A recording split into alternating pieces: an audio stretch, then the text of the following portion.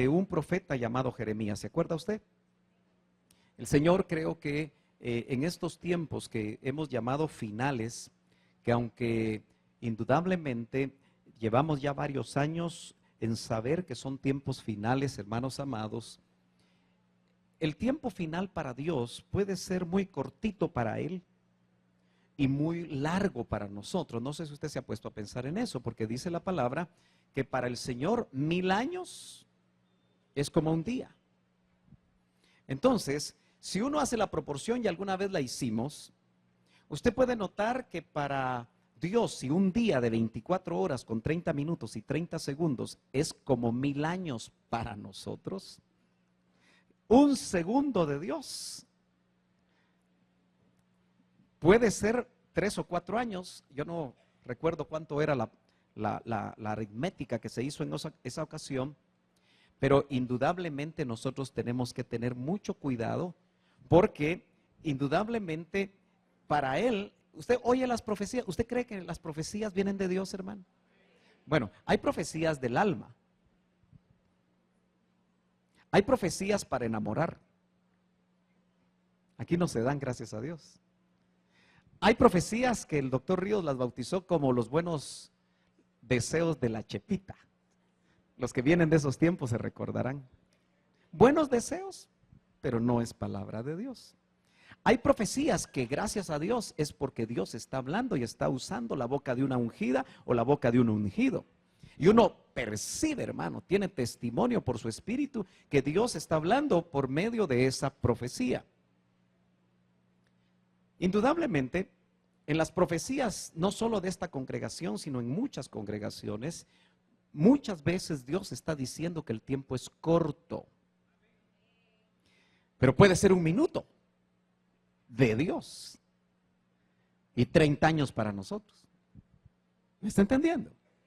Eso es importante que usted lo logre entender, porque no vaya a ser que usted, si tiene 40 años de ser cristiano como yo, desde hace 40 años esté escuchando, pero eso hace 2 minutos para Dios. ¿Me está entendiendo? Dígame si me está entendiendo. Entonces, yo creo con todo mi corazón que el final de los tiempos, como dice Pablo en Corintios, nos ha alcanzado. Y la iglesia está atravesando tiempos difíciles. Son tiempos difíciles, hermano amado, porque ayer leía yo que una familia cristiana en Puebla, México, aquí cerquita, no tan lejos, los mataron a todos, hombres, mujeres y niños, por ser evangélicos. Y usted sabe que no solamente en Puebla, sino que en muchos estados, en un país vecino, están matando a los cristianos. Entonces tenemos nosotros que saber que los tiempos son difíciles, pero son difíciles por muchas razones. Y creemos entonces, yo lo creo con todo mi corazón, y por eso yo le traslado aquí un sentir personal, no es de ahora, que Dios va a maximizar, así usé esa palabra, va a maximizar el trabajo, su trabajo profético en medio de su pueblo. Porque el trabajo profético de Dios debemos de estudiarlo, debemos de meditarlo, debemos de conocerlo por medio de la palabra de Dios, para que logremos entender si el movimiento que va a venir es de Dios o no es de Dios. Tenemos que discernirlo. Entonces, en la medida que nosotros conozcamos el trabajo profético de Dios, la función, el oficio profético, vamos a lograr entender que Dios está interesado en hablarnos por boca de profeta. Dios, de alguna manera, creemos que va a levantar palabra profética. Yo en mi corazón creo que el Señor ya está trayendo palabra profética a este lugar. Y la va a traer de muchas formas. No la va a traer exclusivamente por medio del ministro que cubre esta congregación, sino que Dios va a preparar hombres y mujeres, quizás hasta jóvenes y señoritas, que se van a empezar a meter con Dios en serio. Y que el Señor les va a usar para hablar al pueblo, especialmente aquella novia que se está preparando. Usted se está preparando. El tema del discipulado que usted va a recibir la otra semana para los que van al discipulado, y por cierto, los exhorto a los que no van a que busquen un lugar para ir. Se llama la iglesia del rapto. Si usted quiere estar en esa experiencia, pero no para quedarse, sino que para irse con el Señor, entonces debe de prepararse, y el Señor sabe que su iglesia, la iglesia del final, se tipifica en la iglesia del Apocalipsis capítulo 3, que es la Odisea, que es una iglesia tibia, es una iglesia adormecida, es una iglesia que cree tener todos los recursos posibles, es una iglesia que no se ha dado cuenta que Cristo ya salió de esos templos, porque Cristo está tocándole afuera del templo, y la iglesia, y ni siquiera el ministro se ha dado cuenta que Cristo está afuera, porque yo no toco una puerta por dentro. Sería Don Chevo, ¿verdad? ¿Sabe usted quién es Don Chevo? ¿No? Solo los de Oriente saben quién es Don Chevo. Don Chevo es un personaje, supongo yo, ficticio, ¿verdad? Aunque hay personas que llevan ese nombre. En Oriente lo usan mucho. Pero sería yo Don Chevo que entro a una casa, cierro la puerta y la toco por dentro para que me abran, ¿no cree usted? ¿Estamos de acuerdo? Cristo está afuera, tocando a la puerta de la iglesia. Y dice, porque Dios tiene esperanza que cuando nosotros, hermanos, nos apartamos, aunque sea unos pocos se vuelvan, dice, he aquí yo estoy tocando a la puerta y llamo. Si alguno oye mi voz, yo entraré a él y cenaré con él y él conmigo. Pero dice, si a alguno. ¿Y usted se ha dado cuenta, hermano, que lo que muchos están llamando avivamiento realmente no es avivamiento? Es juntar masas. Eso lo hacen los políticos. ¿Se ha dado cuenta usted que sale cualquier hijo de vecina? Sale cualquier persona que nadie conoce y con un poco de publicidad junta gente y les habla acerca de promesas electorales que nunca se cumplen. Y eso es quizá lo que está sucediendo con la iglesia del final, que cualquiera es levantado usando muchas formas, porque ahora hay métodos, ahora hay formas de jalar a la gente, hay muchas maneras de reunir gente que religiosamente puede llegar al templo a medio oír la palabra de Dios y nunca ponerla por obra. Y eso que mucho de la palabra de Dios que le transmiten no es necesariamente una buena interpretación de la palabra.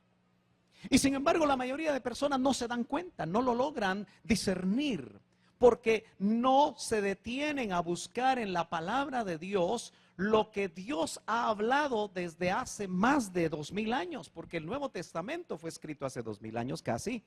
Pero el Señor viene hablando primero a través de las experiencias que transmitió de uno a otro, de padres a hijos, y así sucesivamente hasta que se empezó a escribir la palabra de Dios.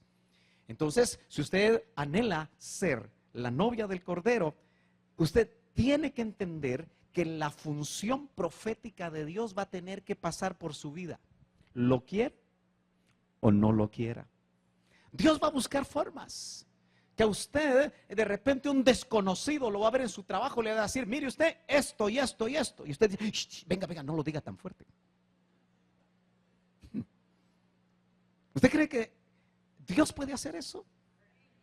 Si lo tuvo que hacer con un profeta que se había desviado, porque usted va a ver que la Biblia, una de las cosas que me gusta mucho de la Biblia es que Dios, a pesar de que levanta ministros, cuando los ministros se apartan, los confronta. y trata de que se arrepientan. Y si no se arrepienten los ministros, viene juicio sobre ellos también. Así que en ese sentido ningún ministro está ajeno al trato de Dios. Acompáñeme entonces al primer libro de Samuel. ¿Dice amén, hermano? Primer libro de Samuel, capítulo 9, verso 9. Es fácil de poderlo recordar. Mire lo que dice la escritura para que nosotros entremos en materia. Dice: antiguamente, en Israel cualquiera que iba a consultar a Dios, decía así: venid y vamos hasta el vidente. Sí, dice vidente. ¿Así dice su Biblia? ¿Sí? Porque el que hoy se llama profeta, cuando dice hoy, está hablando del tiempo en el que se escribió el libro de Samuel. Antiguamente era llamado ¿cómo? Vidente. Esa palabra no nos gusta, ¿verdad? ¿A quién le gusta esa palabra? Porque en nuestro español y en nuestra historia, la palabra vidente es dada a una persona, sea hombre o mujer, que sabe leer el futuro. ¿Cierto? O el presente. ¿Todos tenemos ese concepto? Alguien que tira las cartas. Alguien que lee el café. No sé cómo leen el café. Fíjese que yo sé cómo leen el café. Ahora que las máquinas capuchineras hacen un montón de figuras, uno dice, veo un cisne. No, ellas tienen otra forma, ¿no? Algunos leen los huesos, otros leen un montón de cosas. Y ojo, porque esos personajes no todos son fantoches. No todos son gente falsa. Muchos de ellos, creo yo como no he, gracias a Dios, nunca he ido a uno de esos lugares, pueden decirle la verdad. Y usted ser atrapado por uno de esos personajes. Pero en el tiempo en el que la Biblia y donde está hablando, porque note que dice antiguamente, el libro de Samuel, del profeta Samuel, tiene que ver con los tiempos de los reyes. Y ese antiguamente puede llegar muy lejos. Por eso quisiera que nosotros viéramos por lo menos unas palabras que aparecen aquí que me interesan. Note que dice que cuando el pueblo de Israel iba a consultar. ¿Usted necesita consultar cosas, hermano? ¿Quisiera usted consultarle cosas a Dios? Porque nosotros ahora somos el Israel de Dios. Somos su pueblo adquirido por Él. Entonces, miremos qué es lo que antiguamente esa palabra que se traduce consultar, porque las palabras hebreas tienen muchas acepciones en nuestro idioma, así como en nuestro idioma hay muchos sinónimos. La palabra darash es consultar y significa frecuentar. Como que la palabra, la idea que da es que el que iba a consultar con Dios no lo iba a hacer una vez, sino que lo hacía frecuentemente. Hoy sabemos nosotros que por medio de la oración nosotros podemos consultar con Dios. Ojalá que usted no ore cada mes, sino que por lo menos ore. Supongo que ora los 3 tiempos de comida, ¿verdad? O usted ya no es usted es de los modernos, hermano. ¿Es de los modernos que ya no ora por la comida? O todavía toma un tiempito usted para darle gracias a Dios por su comida. Hermano, yo creo que es algo bueno. No está en la Biblia, tengo un versículo que diga cada 3 veces al día orarás, comiendo tu pan con frijolitos volteados. No hay verso, ¿verdad? Pero sí nos da a entender la palabra del Señor que nosotros debemos de ser agradecidos. Cada vez que usted recibe una buena noticia, debería de darle gracias a Dios por medio de la oración, aunque sea rapidito. Amén. Por eso dice la Biblia, orad con César o sin César. No, sin cesar. Pongámosle ahí el acento donde va, ¿verdad? Eso quiere decir que nosotros tenemos que estar orando con los ojos abiertos y vamos manejando o estamos haciendo cualquier cosa. No vaya a serruchar usted con los ojos cerrados, hermano. Ni vaya a ser alguna situación que por cerrar los ojos, no, se puede orar con los ojos abiertos. Amén. Entonces, también darash es preguntar, pero me gusta que también se puede traducir adorar. Así que cuando nosotros estamos adorando, realmente estamos en un momento en el que podemos consultar con Dios.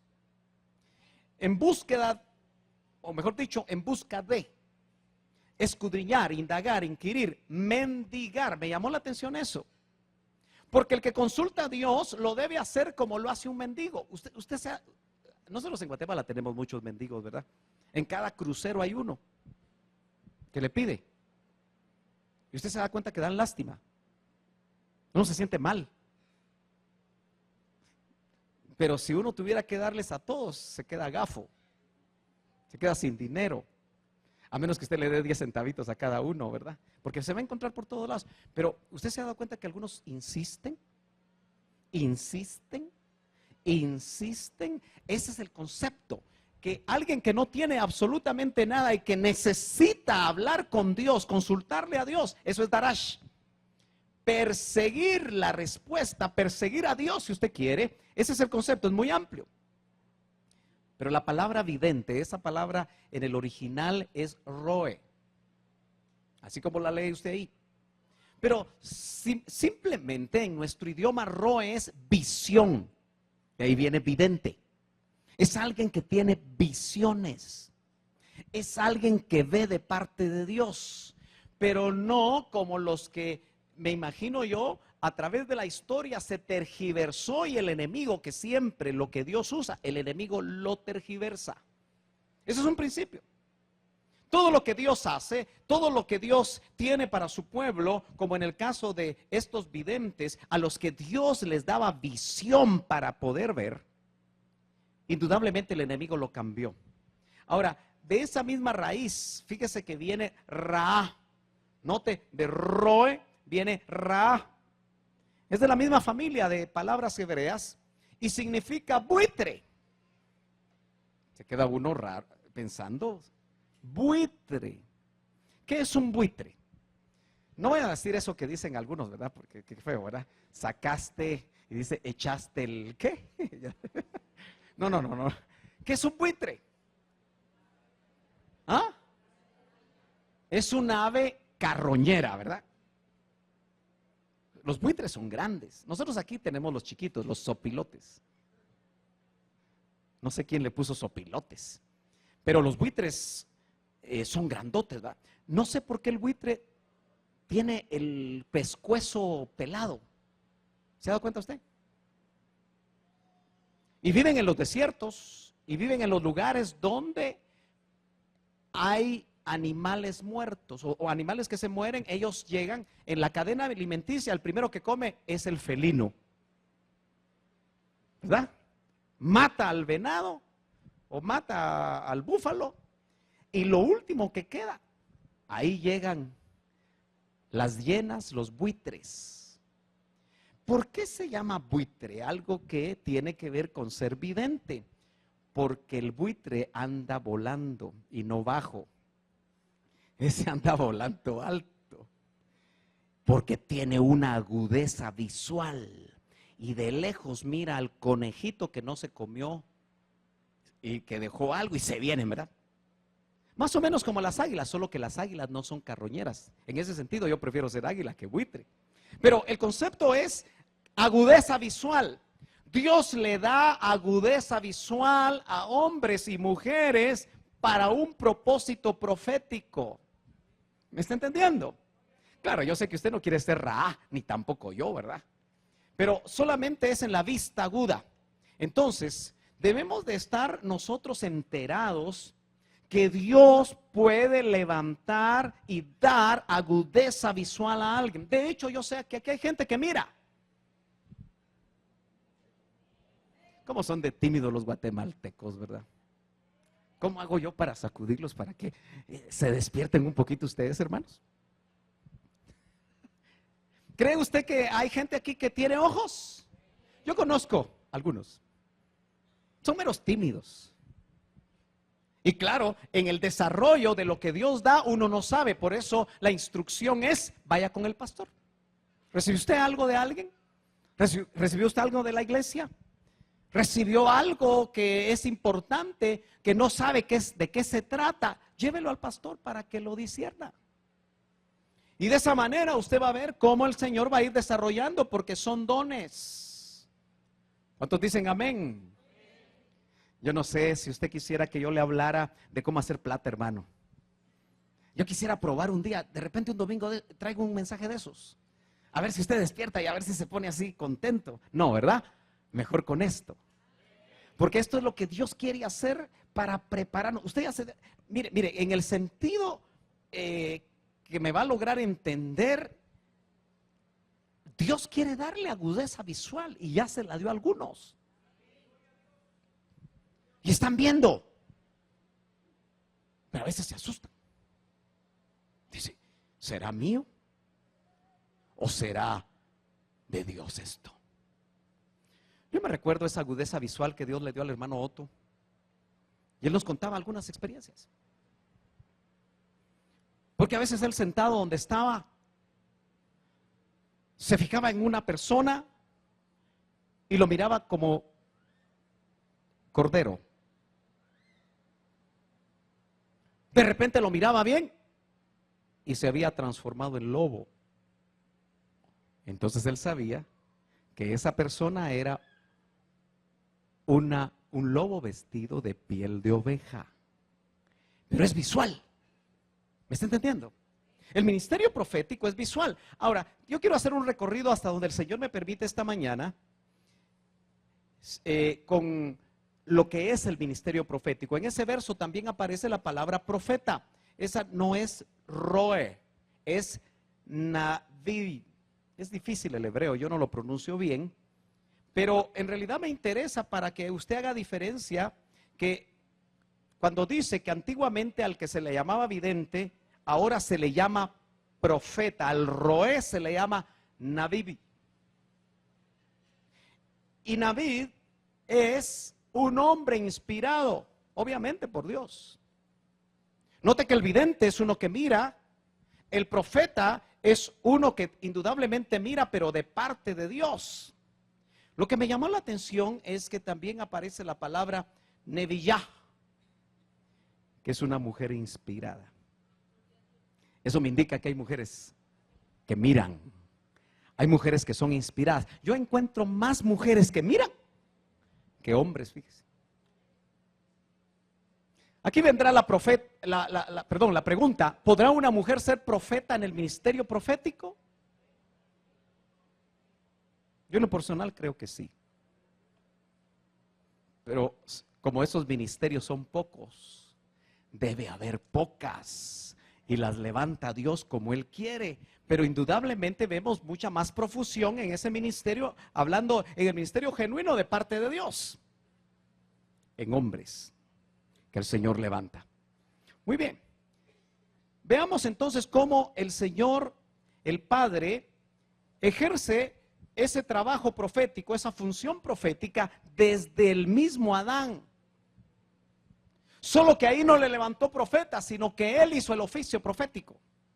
Y quiero que usted lo vea.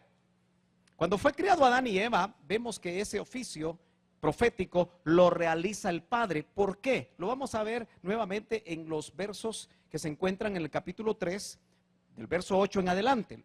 ¿Lo tiene usted? Muy bien, dice, y oyeron la voz de Jehová Dios. Aquí no les habló por profeta, él hizo esa función, que se paseaba en el huerto al aire del día.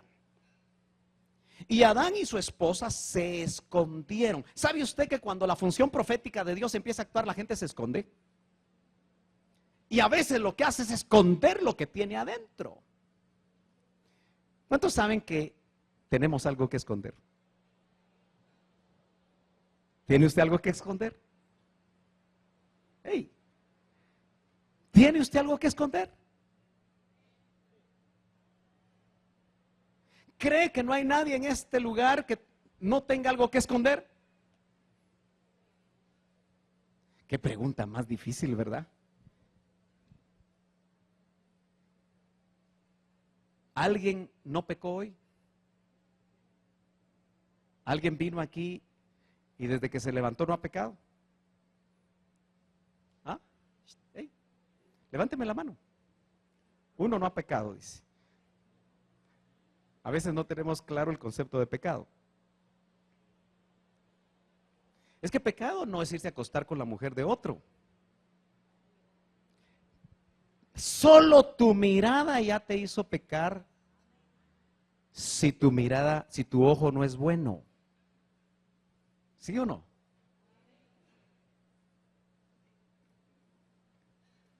Aló. ¿Usted se recuerda qué es pecado? ¿Sabe usted lo que es pecado? Bueno, le voy a dar una definición muy sencilla. Errar el blanco. Pero otra más sencilla. Todo aquello que vaya en contra del carácter de Dios es pecado. ¿Cuál es el carácter de Dios? ¿Verdad? ¿Él es verdadero? ¿Sí? Cualquier mentirita, por blanquita que sea, ¿no cree usted que es pecado? Entonces, si el pecado nos puede alcanzar en algún momento, ¿no será que a veces cuando no lo confesamos lo escondemos? Entonces, más de algo. Por ejemplo, mire pues, ¿usted cree que comer demasiado es pecado? Sí. Solo voy a ver a los delgados para que no se sientan mal. Una de las cosas más difíciles es tener dominio propio, ¿verdad? Entonces muchas veces pecamos contra nuestro propio cuerpo. Y creemos nosotros que no. Yo veo ahí a esposos o esposas escondiéndose del cónyuge porque está comiendo de más. Aló. Pero si eso tú sabes que es pecado, ay hermano, comer de más, si se llama gula. ¿Cuántas hamburguesas te comes? ¿Te comes una, te comes dos, te comes tres? Bueno, se escondieron de la presencia de Jehová Dios entre los árboles del huerto. Y llamó Jehová Dios a Adán y le dijo, el Padre está actuando como profeta, ¿dónde estás tú? Pero esa pregunta, note que aquí en esa función el Padre está queriendo tratar de que Adán reconozca, porque ¿usted cree que Dios sabía dónde estaba? Claro, Dios lo sabe todo. Si ese es el problema que tenemos nosotros, que a Él si no nos podemos escapar. Él nos conoce. Él sabe lo que usted está pensando. Simultáneamente ahorita Dios está viendo todo lo que está pensando. Si yo supiera lo que usted está pensando, dejo de predicar. Porque algunos están diciendo, qué aburrido. Otra vez lo mismo. ¡Hala! Pero otros están diciendo, gloria a Dios. ¿A qué hora irá a terminar, hermano Sergio? Porque tengo que ir, hoy es la Copa América. ¿A qué hora juegan usted? Solo dígame la hora en que empieza el partido para que yo siga predicando. No, no es cierto. ¿Dónde estás tú? La pregunta es no solamente de definir posición, sino que le está diciendo a Adán y por supuesto a Eva, ¿dónde estás ahora? Por ejemplo, yo lo veo a usted aquí en cuerpo presente, pero ¿dónde andará su mente? ¿La habrá mandado a volar un ratito? ¿O su mente está aquí? Note que Dios le interesa saber realmente. Él, si lo sabe todo, quiere que nosotros aceptemos conocer dónde estamos y qué estamos haciendo. Ellos acababan de pecar, se escondieron de parte de Dios. Y él respondió, oí tu voz en el huerto y tuve miedo. ¿Sabe usted que la función profética de Dios saca los sentimientos más profundos que nosotros tenemos a la luz? Hermano, en la administración, que debe ser profética, una de las cosas que yo he notado en la poca experiencia que tengo, aunque ya son varios años, es que Dios quiere sacar a luz para que tú te des cuenta los sentimientos que tienes adentro y que los metiste bien. Voy a usar palabras que usaba mi mamá, refundidos. ¿Ha usado esa palabra usted? Sí. Lo más refundido, lo más bajo, lo más escondido, y uno ni se imagina que uno tiene esos sentimientos. Pero a veces surgen esos sentimientos, y en el caso de Adán, el original hebreo dice, y tuve fobia. ¿Y usted sabe cuántas fobias hay? Fobia a las alturas. Ojalá que usted no le tenga fobia a la esposa. O fobia al esposo. Fobia a las arañas. Fobia a los lugares pequeñitos. Fobia a estar en un lugar alto. De todas las clases de fobias hay. Así que eso es un resultado del pecado. Y tuve miedo porque estaba desnudo. Pero note que el Señor está permitiendo, porque cuando Él está en función profética, la persona tiene que abrirse. Y por eso es necesario que en el tiempo final nosotros aprendamos a sacar lo que tenemos dentro, delante de Dios, que es el primer ministrador por excelencia y al que todos quieren ir. Pero cuando usted no puede, cuando usted se da cuenta que yendo a Dios no puede salir porque usted no está siendo honesto, o porque quizá usted se encariñó con esa situación que no le agrada a Dios y no la quiere dejar porque a nadie se la ha confesado, y usted ve que continuamente cae, entonces hay que buscar a los ministros. Entonces dice, porque estaba desnudo y me escondí. ¿Cuánto nos esconderemos dentro del templo? ¿Cuánto nos esconderemos en la religión? ¿Cuánto nos esconderemos en una vida doble? Muchos de nosotros, hermano, tenemos recovecos en el alma, donde hay situaciones que el Señor a través de su trabajo profético quiere sacar a luz, y muchas de ellas ni las conocemos. Situaciones ancestrales que solo de una manera profética el Señor nos puede decir. Quizá usted solo sabe cómo se llamó su tatarabuelo, pero después ya no sabe cómo era el papá de ese tatarabuelo. ¿Usted se imagina que estos países fueron descubiertos por españoles que algunos dicen que venían de la cárcel? Aunque otros dicen que venían judíos.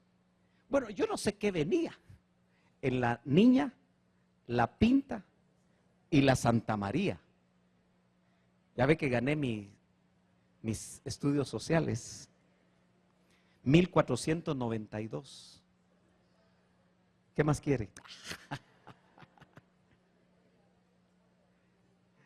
Salió del puerto de Palos, pero no dio palos, vino a estas tierras. ¿Qué ancestritos traeremos nosotros, hermano? Ahora, si nos damos cuenta, ya no encontró mayas Américo Vespucio. Digo, Cristóbal Colón. Ya me puso cero usted, ¿verdad? Solo es para que vea si usted se recuerda. Pero ¿cómo eran los mayas? Bueno, lo que encontraron ya no eran mayas, pero totalmente llenos de dioses, sin conocimiento del Dios verdadero. Bueno, de esa mezcla venimos. No, hermano, yo soy puro criollo. Bueno, hay que investigar porque en España llegaron los árabes y dominaron España por mucho tiempo. Y parece que los españoles es una mezcla de un montón de razas. Pero Dios ya tuvo cuidado de nosotros, ¿no es cierto? Dice que lo vil y menospreciado del mundo escogió Dios para avergonzar a los sabios. Aleluya. Y en el verso 11 dice, y le dijo Dios, ¿quién te enseñó? Nota que Dios está tratando de confrontar a Adán. Y note que Dios no le habló a Eva, porque el responsable era Adán. Así que si el matrimonio está patas arriba, ¿quién es el responsable?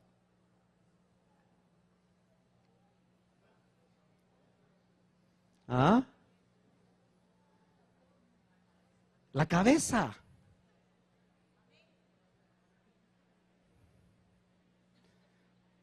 Por eso mi pastor decía algo que, como yo no, bueno, cuando se lo oía ya era casado, creo yo. Él decía, el 99.9 de los problemas del hogar es culpa del varón. Fíjese, hermano. Ella dice, amén, ¿y usted qué dice? No, dice, es que usted no la conoce, me va a decir usted. Pero así decía el hermano Otto. Porque la cabeza es responsable de detectar la presencia del enemigo con las antenitas de vinil. El varón es el que forma su ayuda idónea. Si no te gusta tu ayuda idónea, el responsable eres tú. Aló. Hermanas, por favor, ustedes, quítense la timidez y digan amén. Si están de acuerdo, ya no te voy a dar el gasto. ¿Quién te enseñó? Siempre van a haber otras fuentes que nos van a enseñar, que no son de Dios. Y hermano amado, yo quisiera pensar que usted se alimenta exclusivamente de esta fuente. Y si es así, qué bueno. Pero si usted se deja enseñar por otras fuentes, puede ser que esas otras fuentes, esa mezcla de fuentes, le pueda llevar a usted a la confusión. ¿Quién te enseñó que estabas desnudo? Y entonces actúa finalmente de una manera clara. ¿Has comido del árbol del que yo te mandé no comieses? ¿Cuántas preguntas le hizo Dios? Cuéntelas. ¿Cuántas? Muchas preguntas, ¿verdad? Entonces la función profética, hermano, muchas veces lo que lleva es cuando el Señor revela, pregunta para corroborar, pero pregunta para saber si la persona está consciente o no está consciente de lo que está sucediendo adentro. Entonces el mismo Adán y Eva tuvieron el trabajo profético de Dios, porque después iba a levantar hombres, iba a levantar siervos. Mire lo que dice Judas, nos vamos hasta casi al final del Nuevo Testamento y dice, de estos también profetizó Enoc, séptimo desde Adán. Entonces, ¿Enoc qué era? Era un profeta. Probablemente Adán también fue profeta. No conocemos todos los detalles de Adán. Un hombre inspirado, un hombre que tenía visión, un hombre que hablaba de parte de Dios. Pero Enoc, mire, apenas séptimo desde Adán, diciendo, he aquí el Señor viene con decenas de millares de sus santos para ejecutar juicio contra todos. Los profetas Dios los levanta para trasladar el resultado del juicio de Dios cuando el pueblo de Dios no se aparta del pecado. Acuérdese, yo le he enseñado a usted, y no sé si usted lo cree, pero si no, escudriñelo, pondérelo, medítelo, vaya a la palabra, que el Señor le confirme. Pero cuando Dios levantaba profetas, era porque el pueblo se había apartado. Si llega profeta a tu vida, si hay voz profética en tu vida, probablemente va a ser cuando te apartes. O quizá para que avances, porque a veces nos estancamos. Hermano, a veces nos quedamos quietos, no avanzamos. Y la vida cristiana es de caminar. es de avanzar, no podemos quedarnos detenidos, mucho menos regresar, hermano. Por eso yo tengo que ser incisivo, hermano, especialmente con aquellos que venimos del IMSS Central. ¿Cuántos venimos del IMSS Central? Casi la mitad. Muchos de ustedes deberían de ser pastores, maestros de la palabra, evangelistas, o lo que el Señor quiera de ustedes. ¿Cuántos nunca estuvieron en el IMSS Central? Levántenme la mano. Levántenme la mano. Hay algunos que no sé ni dónde estuvieron. Porque la pregunta es sencilla: ¿quiénes estuvieron y quiénes no estuvieron? Bueno, ¿tendrá Dios planes para ustedes? ¿Será que en 10 años ya no van a estar ustedes aquí sirviendo al Señor en algún lado? Ojalá.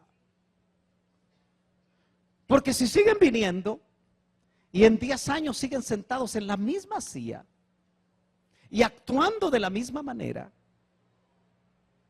en el sentido de no desarrollar lo que Dios quiere para ustedes, me voy a sentir un pastor frustrado. Porque indudablemente la vida cristiana es avanzar, es avanzar, es avanzar. Y algunos de ustedes, el Señor los puede usar en el avivamiento final, pero el verdadero avivamiento de Dios, que va a ser precisamente un mover del Espíritu, donde va a haber ministerios genuinos que van a estar haciendo esa labor final de preparación, hermano. ¿No le gustaría a usted que por voz profética, que no tiene que ser exclusivamente solo un profeta, puede ser un maestro que Dios le dé función profética, puede ser un pastor que Dios le dé palabra profética, puede ser un evangelista que Dios le dé palabra profética? Al fin y al cabo, el Señor puede hacer como Él quiere. Pero que esa palabra profética usted lo saque quizá del estancamiento. Hermano amado, no me levante la mano y tal vez mire para otro lado si quiere, pero ¿no cree que a veces uno se siente estancado? Como que algo pasó. A veces uno se siente que retrocedió. Aleluya. Pero tenemos que despertar para saber qué es lo que Dios quiere. Enoc fue usado como profeta para ejecutar juicio contra todos y convencer a todos los impíos de entre ellos, es decir, de entre todos, convencer a todos los impíos. Los impíos, hermano, quítese la idea que es el inconverso. Nosotros hemos agarrado esa idea y decimos, es que no te cases con un impío, refiriéndonos a alguien que en realidad la Biblia lo define como pecador. Un inconverso, la Biblia lo define como pecador. El impío es uno que, conociendo el camino pío, el camino de la piedad, se aparta. Y sigue viniendo a la iglesia, pero se aparta. Sigue creyendo en Dios, pero vive en el camino impío. ¿Me estoy dando a entender, hermanos amados? Están ustedes demasiado quietos hoy. El ministerio profético va a ser que quienes nos hemos apartado, porque hermano, todos podemos apartarnos en algo. El Señor va a hacer que nosotros, si agarramos un extravío, regresemos y tomemos el camino correcto. Dice la Escritura, para terminar, lo que vemos nosotros, que desde Enoc el Señor ha tenido un movimiento profético y lo va a tener al final, porque en realidad esa profecía que la dio Enoc, aunque de alguna manera parcialmente se cumplió, se va a cumplir plenamente en lo que viene. Todas sus obras impías que han cometido impíamente, y de toda palabra dura que los pecadores impíos han hablado contra él. Estos son murmuradores, características ¿Ya se dio cuenta usted que si uno murmura se vuelve impío? ¿O actúa como un impío? Querellosos. ¿Qué será la palabra querelloso? Hoy no hay abogados, hoy no vinieron mis abogados. Ah, bien, hay un abogado. ¿Qué es una querella, hermano? Ven aquí conmigo. Pero rapidito, venga así. Dígame qué es una querella. No querida. Querella. Amén. Una querella es plantear ante un juez una denuncia en contra de alguien para adherirse como querellante adhesivo en contra de alguien que ha cometido un delito y que es perseguido por el Ministerio Público. Gracias. Entonces es denunciar, ¿verdad? Es presentar una denuncia ante un juez. ¿Por qué los meterán aquí como querellosos? ¿Ah? Y lo están tomando a mal, porque pueden estar presentando denuncias falsas, ¿verdad? Andando según sus concupiscencias. ¿Usted sabe lo que es la concupiscencia? ¿Sabe lo que es la concupiscencia? Una palabra rara, ¿verdad? ¿Sabe? Es un deseo exacerbado por obtener algo. Y muchas veces la concupiscencia, dice Pedro, está en los ojos.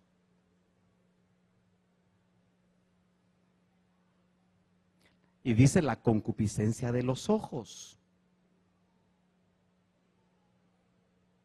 Y la concupiscencia de los ojos, ¿sabe usted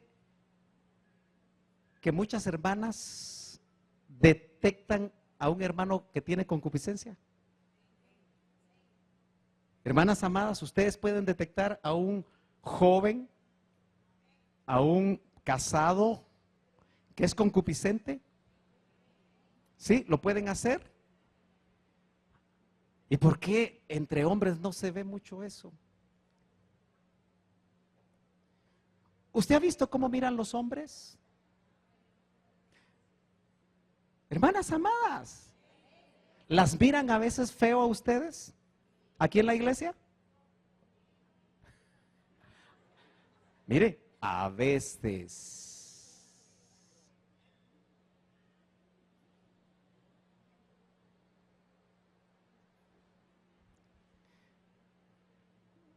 Solo los hombres que manejan carros solos saben cuántas veces voltean a ver. ¿Qué dijo? Por eso chocan. Ahora, ¿ya se dio cuenta usted por qué un hombre casado, que se supone que tiene una buena relación con su esposa, sigue viendo mujeres que no le corresponden? Porque los hombres son visuales. Hermanas amadas, nunca bien ponderadas, recuérdense que cada vez que se vistan, la manera de vestirse puede atraer los ojos de un hombre.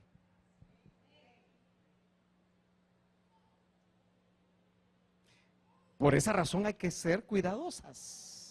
Pero eso no las hace a ustedes responsables de la concupiscencia del susodicho. La concupiscencia, hermano, es algo que puede estar afectando a la iglesia de una manera terrible. Y ya no solo hombres, sino que también mujeres. Aunque la mujer no es tan visual. La Biblia habla del ojo malo. Y dice que mejor hay que sacárselo. Pero por favor no lo vaya a hacer. Porque no está hablando de un ojo físico. No me va a venir tuerto la próxima vez así, puro pirata. Pero uno tiene que reconocer si tiene ojo malo. Uno tiene que reconocer, hermanos, si hay áreas adentro que se exacerbaron por alguna razón. ¿Por qué será que sigue siendo el hombre el que en mucho más alto porcentaje mira pornografía? Porque es visual. el diablo, que el Señor lo reprenda, entendió, no de ahora, pero ahora más fuertemente con los medios, que son, ya se dio cuenta que son visuales, que eso puede destruir un matrimonio y puede destruir una persona, puede destruir un joven. Y el trabajo profético, hermano, que Dios quiere desarrollar es que ya no haya ojo malo.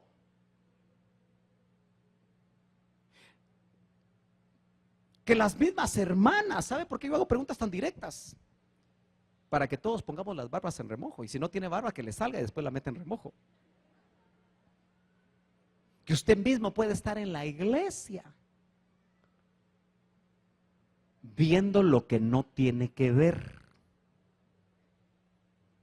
¿Aló? ¿Quiere que siga? Bueno, tenemos que seguir. Y su boca habla palabras infladas, adulando a las personas para sacar provecho. ¿Se da cuenta usted que la función profética de Dios es sacar a luz lo que está guardado? Lo que se hace en secreto.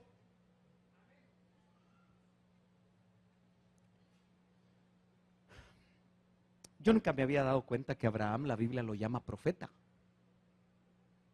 ¿Alguna vez usted se dio cuenta que Abraham lo llamaban profeta? Yo tampoco. Mire lo que dice Génesis capítulo 20 y verso 1. De ahí partió Abraham a la tierra del sur y asentó entre Cades y Shur y habitó como forastero en Gerar. Y dijo Abraham de Sara su esposa. ¿Cómo era Sara? ¿Cómo era Sara? Pura Miss Universo, ¿verdad? Era bonita Sara. Dicho sea de paso, parece que es complicado tener mujer bonita de esposa usted. Mejor búsquese una fe. No, no es cierto. Ahí sí despertó, ¿verdad? Tranquilo. Y dijo Abraham de Sara su esposa, mi hermana es. Era la segunda vez que lo hacía. Y Abimelech, rey de Gerar, del lugar donde había llegado. Usted sabe que en esos tiempos los reyes creían que eran dueños de las más bonitas. Y no importaba qué número de esposas podían tener. Al fin y al cabo, este cuate no era un temeroso de Dios. Envió y tomó a Sara. Pero Dios vino a Abimelech en sueños de noche. Dios puede venir también hasta el que no quiere nada con él. Vino en sueños de noche y le dijo, he aquí muerto eres. Voz profética, ¿verdad? Hermano, yo me asusté con una profecía de hoy. ¿Alguno más se asustó?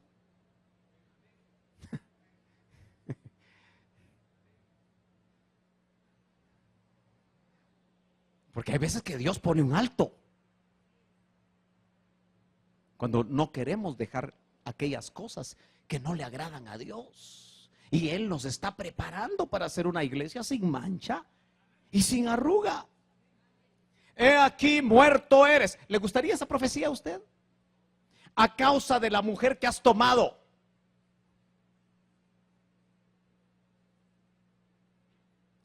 Caras vemos. Tan chulo que se ve usted aquí en la iglesia. Corazones, no sabemos. ¿Sabe que ningún pastor se puede preciar de no tener hombres como ovejas que cuando los pastorea están con otra? Creo que no hay ningún pastor que pase en blanco eso.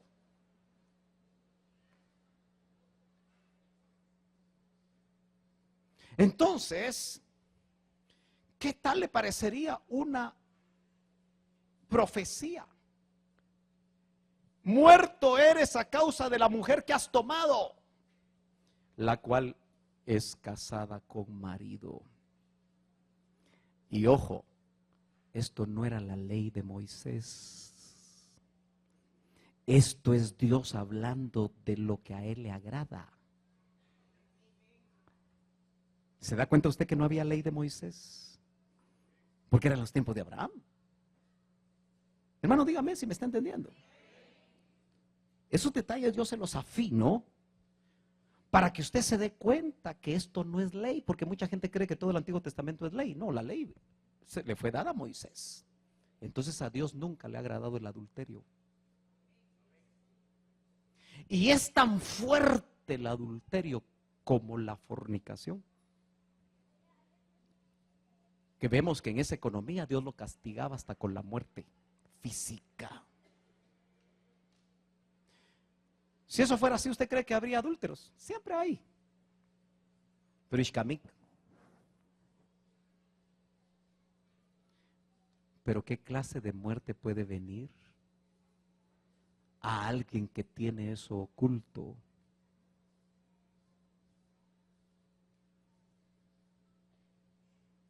Ya sé de qué temas hablar para que usted no hable.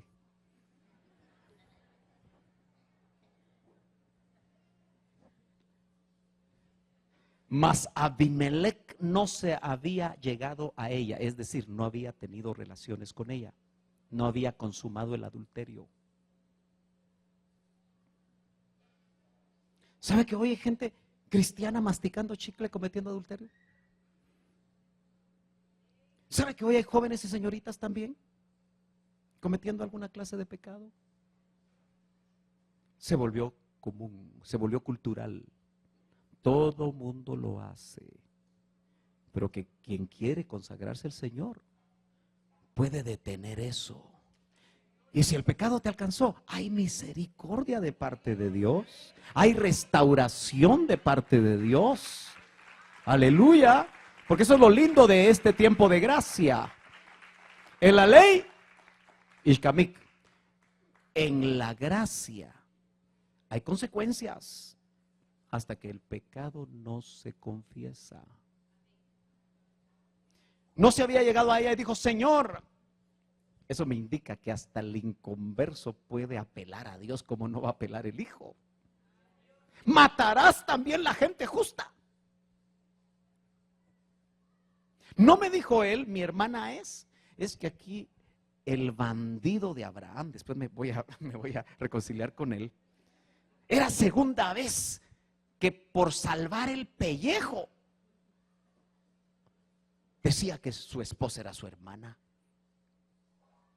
Primero la expuso con Faraón y ahora con este otro. Hermano, esos maridos hay que darles camorra hebrea con piedras. Aleluyita. Y ella también dijo, no le quedaba otra, ¿verdad? Es mi hermano. Con sencillez de mi corazón y con limpieza de mis manos he hecho esto. Y le dijo Dios en sueños, yo también sé que con integridad de tu corazón has hecho. Y yo también te detuve de pecar contra mí. Y así no te permití que la tocases. Hermano, ¿no podrá hacer eso con nosotros Dios, que somos sus hijos? Pero somos necios. Ayer que tuve la bendición que mi hija predicó aquí con los jóvenes. Aleluya. Ella decía una palabra que yo repito, la repitió como 3 veces. Somos tercos, dijo. Es una palabra más fuerte, ¿verdad? Pero se da cuenta que a veces decimos, aquí está mi mula y aquí está mi macho. Ahí nos quedamos. Embrecados. ¿Ha visto usted una llanta embrecada? Por más que el motor usted lo use con toda la fuerza, no se mueve. Aleluya. Ahora pues devuélvele su esposa a este hombre. ¿Quién era el hombre? Porque él es profeta. Abraham era profeta. Qué terrible que un profeta ande regalando a la esposa por tener miedo a la muerte. Eso, ¿sabe qué indica, hermano? Que para Dios No importa qué bien planchado sea su ministro. Se le llamó padre de la fe, pero ahí no tuvo fe. Dios desnuda la debilidad aún del ministro. Pero trata con el ministro de alguna forma. Y orará por ti y vivirás. Y si tú no la devolvieres, sabe que de cierto morirás con todo lo que fuere tuyo. ¿Qué habla con todo lo que fuere tuyo?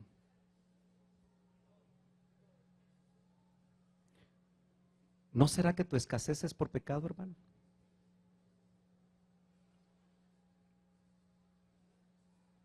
¿Aló?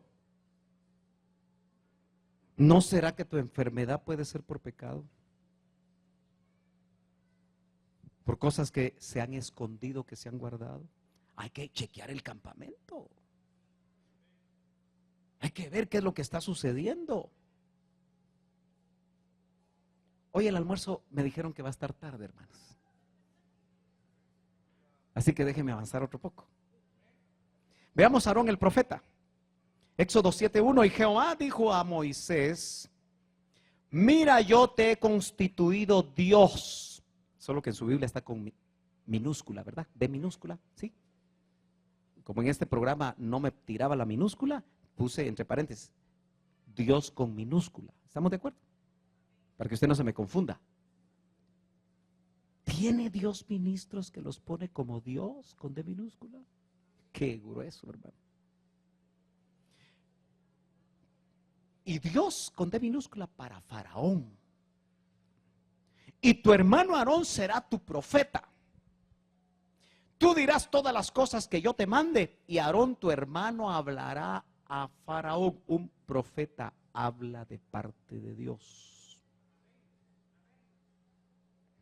Para que deje ir de su tierra a los hijos de Israel. Dice más, en Números 12:1, Miriam, ¿quién era Miriam? María, la hermana de Moi. Ah, qué confiancitas, ¿verdad? Yo no sabía que una de las hijas del hermano Otto se llama Miriam. La chiquita, ¿verdad, hermana? Y Miriam y Aarón, los dos hermanos de Moisés, hablaron contra Moisés. ¿Sabe usted que a veces uno tiene el descuido de hablar contra un ministro? Es muy común en estos tiempos, pero a Dios no le agrada.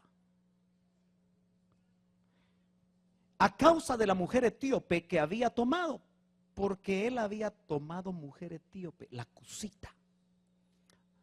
Dijeron, María, no me pida el verso, Miriam y Aarón, vos echó a perder la raza, porque le van a salir morenitos. No sé por qué razón no estuvieron de acuerdo. No lo dice la Biblia. Pero hablaron contra el ministro de Dios. Y dijeron, solamente, Miriam y Aarón, solamente por Moisés ha hablado Jehová. Porque ellos eran profetas, ambos. Miriam era profeta y Aarón era profeta. ¿No ha hablado también por nosotros? Que esas preguntas, ¿qué le hacen pensar a usted que había en el corazón de estos dos profetas? ¿Ah? Ego y orgullo, autosuficiencia. Nosotros también podemos. Envidia. ¿Qué más? ¿Nota usted cómo cuando Dios actúa, saca a luz incluso lo que está dentro de un profeta? Dice, ¿no ha hablado Dios también por boca de nosotros? ¿Y sabe usted que Dios todo lo oye? Y lo oyó Jehová. Yo sé, y lo dije el domingo pasado, y lo digo para sanidad de corazones, otra vez. Si tú vienes de otra congregación porque algo malo te hizo el ministro de donde tú vienes, no te toca a ti juzgarlo. No hables en contra de un ministro, porque eso puede ser peligroso para ti. El siervo está de pie o cae, dice la Biblia, para su Señor, y tú no eres el Señor de ese ministro. Entonces, si saliste, cierra tu boca, bendícelo. Si te hizo algo que no puedes perdonar, perdónalo. Y si no puedes hacerlo, ministrate. Tienes que dejarlo ir, porque de lo contrario no vas a prosperar ni aquí ni a ningún lado. Ponga usted atención a eso. Y mejor, si no has arreglado tu situación con él, arréglala. Porque si no va a ser cuestión de tiempo que pelees conmigo. Porque no es el problema el ministro. El problema puede ser tuyo. No sé por qué están tan quietos, hermano. Pero yo sigo. Y aquel varón Moisés era muy manso. El que despescuezó al egipcio se volvió manso, hermano. Mire lo que 40 años en el desierto hicieron por Moy. Más que todos los hombres que había sobre la tierra. Eso quiere decir que él sabía lo que decían, pero no les decía nada. ¿Me está entendiendo? Y luego dijo Jehová a Moisés y a Aarón y a Miriam: salid vosotros tres al tabernáculo de la congregación. Y salieron ellos tres. Entonces Jehová descendió en la columna de nube y se puso a la puerta del tabernáculo y llamó a Aarón, Aarón, Miriam, y salieron ambos profetas. Y él les dijo: oíd ahora mis palabras. Si entre vosotros hubiere profeta de Jehová, y ambos lo eran, yo le apareceré en visión. Es una manera como Dios le habla a los profetas, en visión.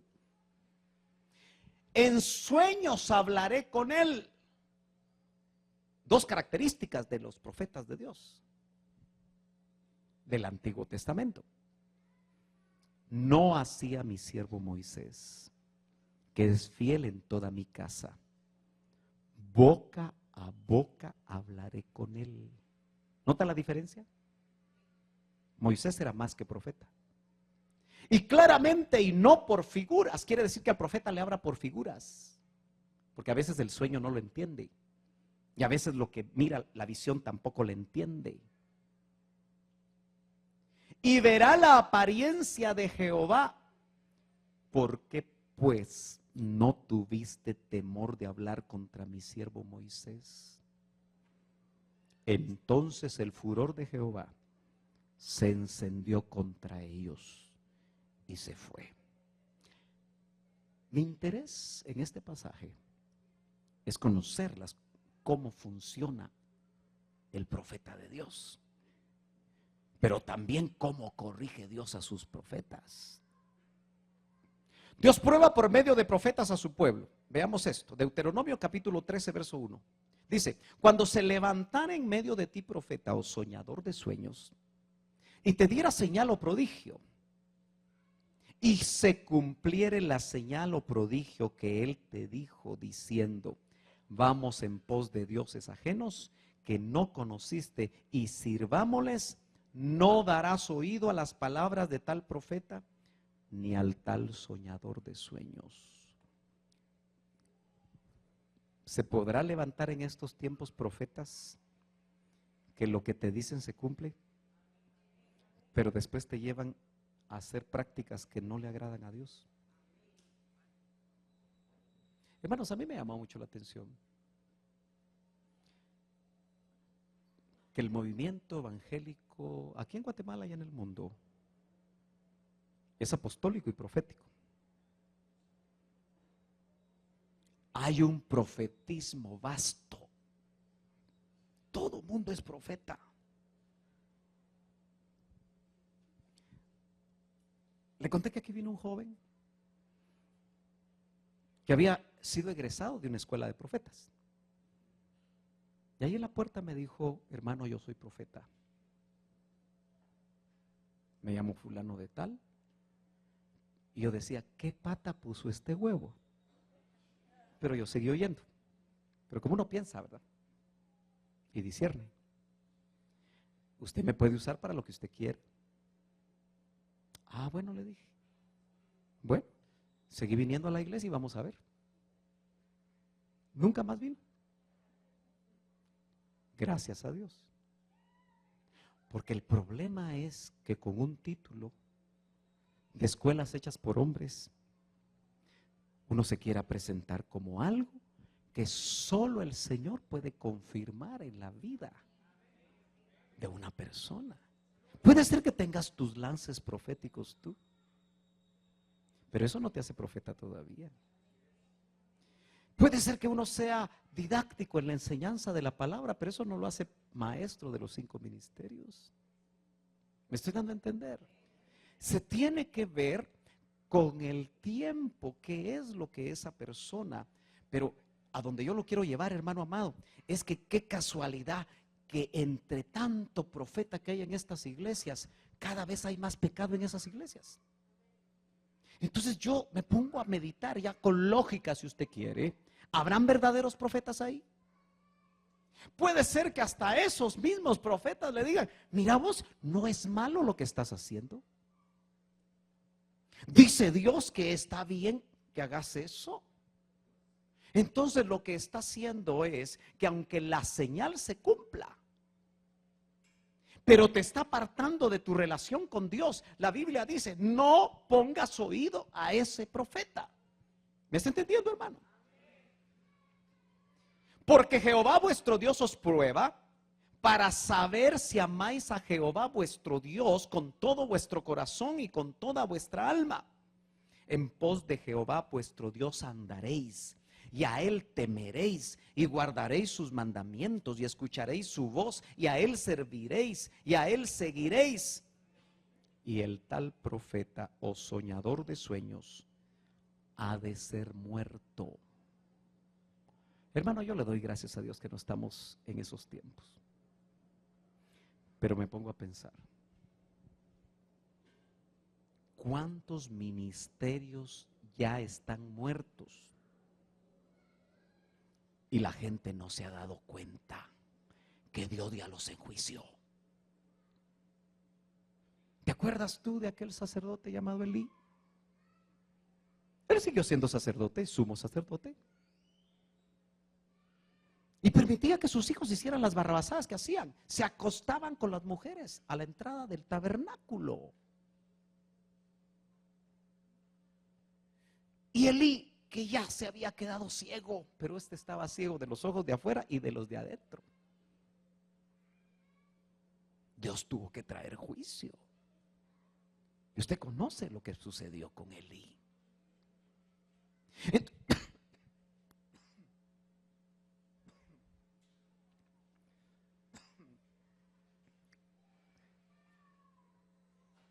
Ya estoy bien, no tenga pena. Un poquito de agüita, ¿verdad? Es que pasar aquí a veces me molesta. Déjeme que refresque un poquito la garganta. ¿No será que hay ministerios que lo único que tienen es gente? Y hace tiempo que Dios no está ahí. Bienaventurado la oveja que tiene ojos y que discierne al ministro que le cubre. Aleluya. Y el tal profeta o soñador de sueños ha de ser muerto en ese tiempo físicamente. Ahora en esta economía puede haber una muerte ministerial cuando Dios deja al tal ministro.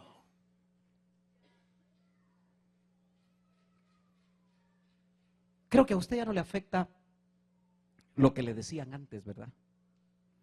¿Y qué estás haciendo ahí sin apóstol? ¿A quién le afecta todavía? ¿Ah? Hebreos 3:1, dígale siempre. Y apréndase de memoria.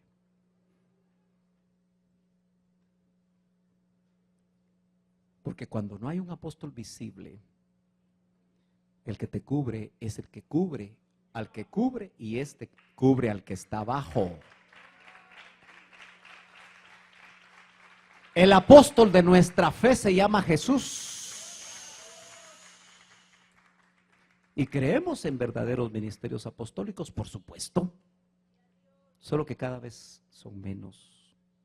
Entre tantos miles, tengo la sospecha que los genuinos están escondidos. Solo funcionan. Aleluya. ¿Cuánta gente está bajo una cobertura que ya no funciona? Porque hace rato que el Señor se fue.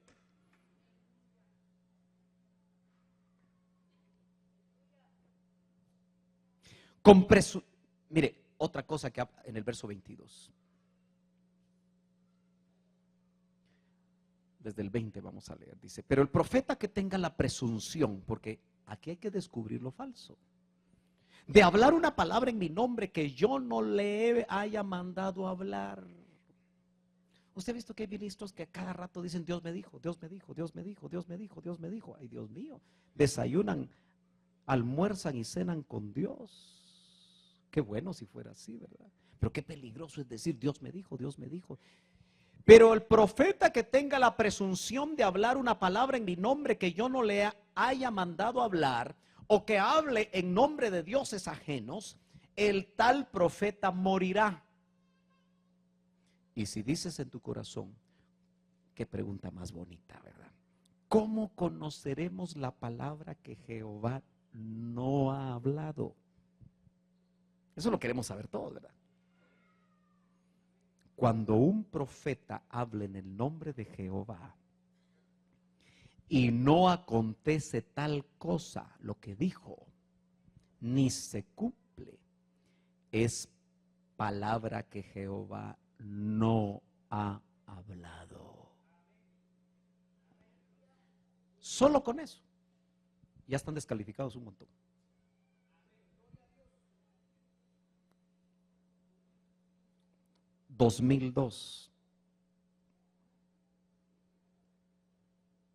Mejor dicho, 2000, año 2000. Unos meses antes,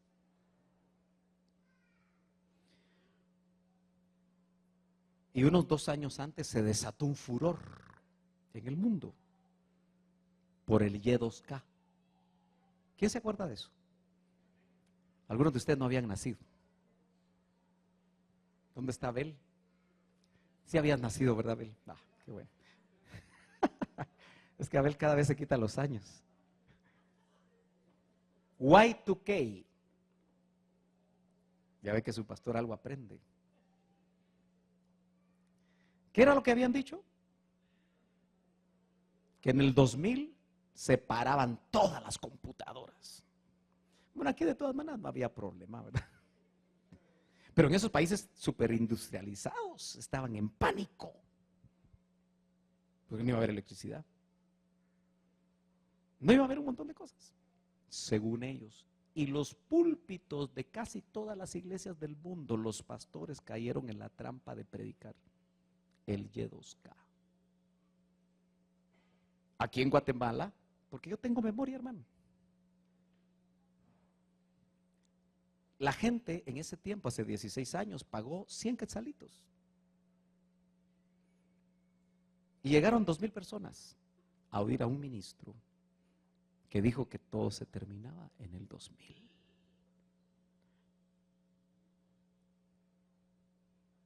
$200,000 quetzalitos. Porque ¿se da cuenta que la gente es alaraca? No, ustedes no. Pero a la gente le gusta. Y llenaron ese lugar. Solo que el 2000, cuando terminó, no pasó nada. Ay, yo le hubiera ido a pedir los 100 quetzalitos, fíjese. Pero ¿sabe qué pasó? Ahí siguen detrás de él.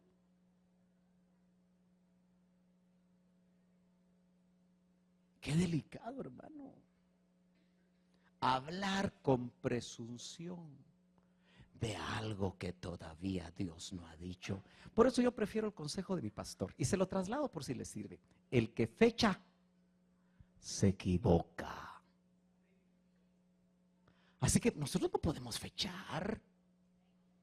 Mire, me encontré unos amigos pastores que allá en el norte vendieron un equipo con comida deshidratada, agua. Era como una maleta. Porque surgieron empresas rápido. Y en las iglesias lo vendían usted. Gracias a Dios que no compré uno. Qué fiasco, ¿verdad? ¿Sabe por qué pasa eso? Porque hay muy pocos ministros que tratan de meterse con Dios. Y que se dejan llevar exclusivamente por lo que dicen las noticias y no lo que dice Dios. Usted puede chequear que cuando un profeta de Dios habla, se cumple. Apareció uno en los tiempos de Claudio, dice el Nuevo Testamento. Se llamaba Agabo. Y dijo que venía una hambruna en Jerusalén. Y la hambruna vino. Ese era profeta de Dios. Ese mismo profeta se encontró con el cincho marca Hermes de Pablo. No, que Hermes. Todo mundo quiere un su cincho Hermes usted. Para lucir una cosita aquí.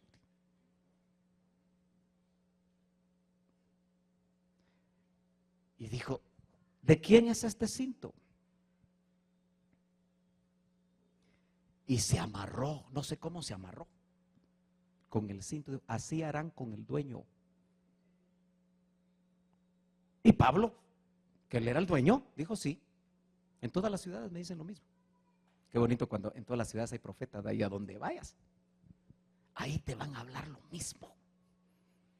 Y ni siquiera te conocen.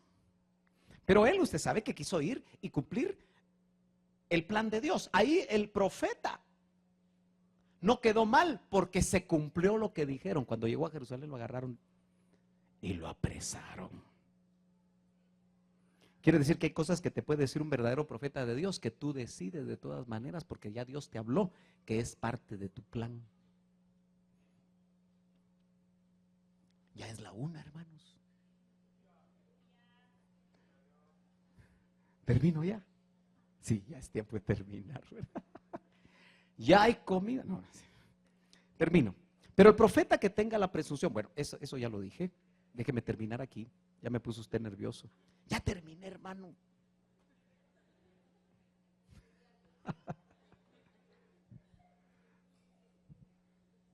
¿Usted cree que necesitamos movimiento profético? Pero genuino de Dios. Mira, cuando no hay un profeta visible, el trabajo lo hace Dios. Por eso muchas veces da palabra profética. Por eso ponle atención a los dones de profecía, a las interpretaciones de lenguas, pero más especialmente, hermano, al don de ciencia y a la palabra de sabiduría y al discernimiento de espíritus. Usted tiene que aprender, hermano, a discernir los ambientes. No se meta donde va toda la gente. No se achente, sino que busque realmente en la intimidad con Dios aquello que el Señor quiere hacer en nuestras vidas.